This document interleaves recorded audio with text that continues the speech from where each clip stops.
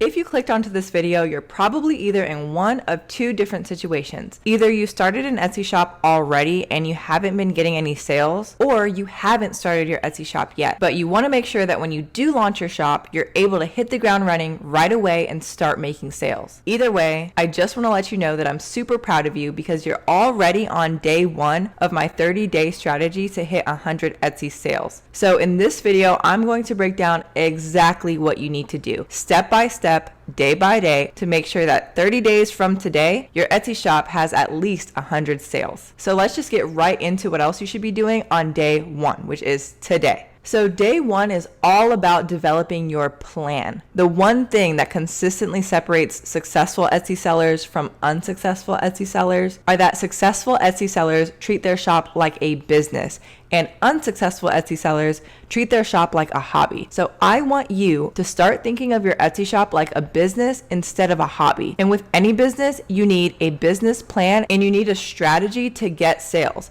So right now, I want you to pause this video if you need to and grab a pen and paper. So you need to figure out two things. One, what are you selling on Etsy? And two, who are you selling it to? Then you also need to create a list of 5 products that your ideal customer would like to purchase from your shop. The most successful Etsy shops make sure to sell a variety of products that their ideal customer would like to come back and purchase, or purchase multiple products all at once. So make sure that you have 5 different product ideas that you can list and sell on your shop to the same customer. And you don't need to reinvent the wheel when you're figuring this out. You can literally just go on Etsy, search up one of the product ideas that you have, click on a successful shop that offers that product, and see what other products they offer in that same niche. And if you haven't decided exactly what you want to sell on your Etsy shop, don't worry, because I have a video where I did all the research for you. I found 5 different digital product ideas that have low competition and high demand on Etsy and are relatively easy to make for beginners. So I'll link that video down below. That way you can get some inspiration on exactly what you want to sell in your shop. And that's it. That's all I want you to do for day one. And once you're done with that, you can go ahead and get started with day 2. So day 2 is all about getting obsessed with your competition. I want you to do more than just glance over your competition shops. I want you to do a deep dive in your competition, and not just the sellers that are doing really well in your niche. I also want you to pay super close attention to the sellers who are not doing well. Now, why on earth would I tell you to study the shops in your niche that are not doing well? I'm telling you, this is a strategy that I use to stand out against my competition. I study these shops, I read their reviews, and I pay close attention to the negative feedback because I want to make sure that when I create products, customers are getting exactly what they expect and they know what they're paying for. You should use the information that you're discovering about the best-selling shops and the unsuccessful shops, and make sure for the 5 product ideas that you already have, you write down some notes about things that you want to include in those products,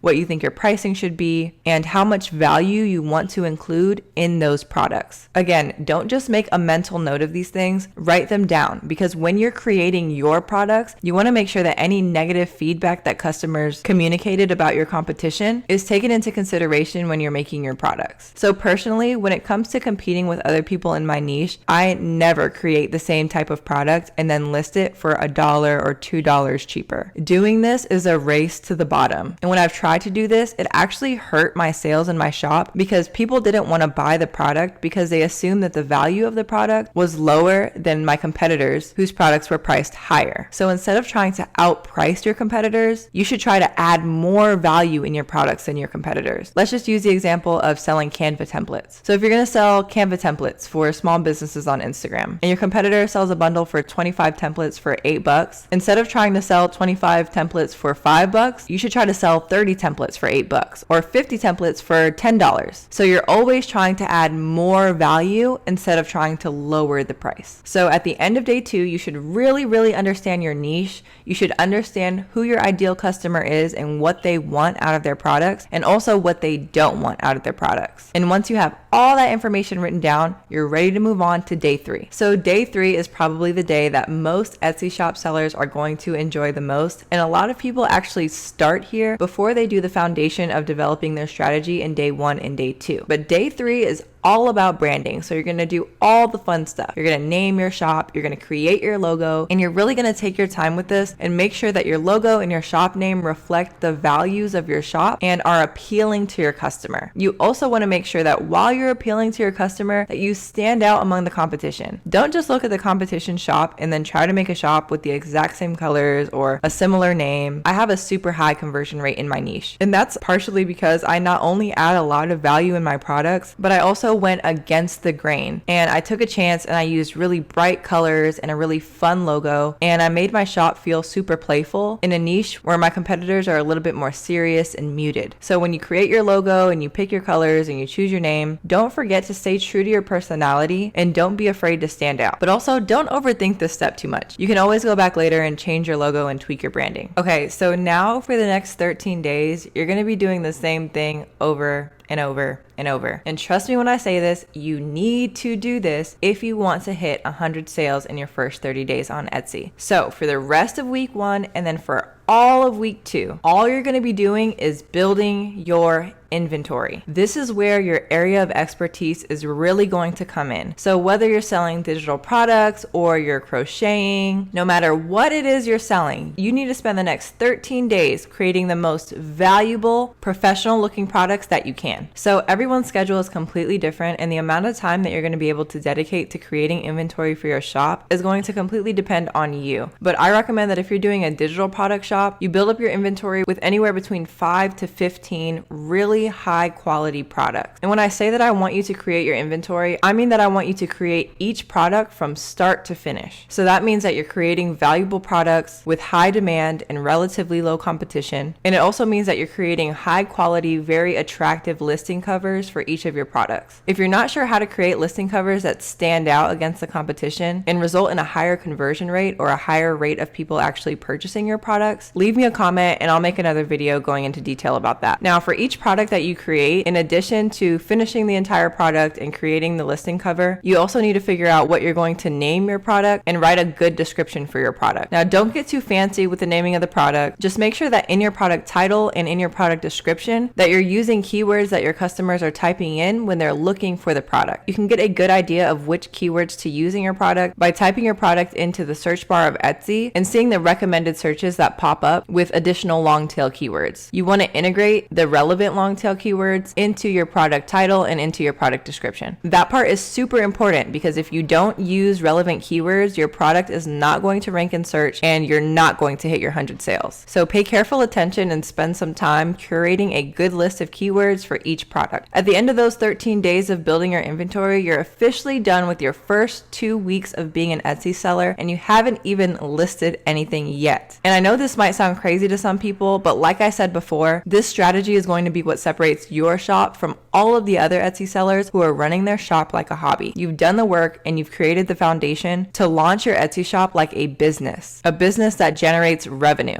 So now that you've done all that, you're finally ready to launch. So on your very first day of week 3, so this is day 15 on your 30-day journey to 100 Etsy sales, you're going to pick your top 3 products. And I want you to list all 3 of these products on the same day. Now, the reason I want you to list all 3 at once is because I want you to maximize your chances of people visiting your shop and potentially even purchasing multiple products from you. Once you've listed your products, checking back hour to hour isn't going to do anything but give you anxiety, and chances are you're not going to get your first sale for a couple of days, but once you get that sale, the momentum is going to be really high. Speaking of momentum, I'm about to give you a really good hack to make sure that Etsy is actually showing your listings to a large audience. And we're going to start implementing this hack from day 16 all the way to day 30. So the secret sauce to making sure that your Etsy listings get pushed up in the Etsy algorithm is to post a new product at least every 3 days. Now, I know this might sound overwhelming and unrealistic, but this is why we spent more than a week building up our product arsenal, because we want to have several drafts of completed products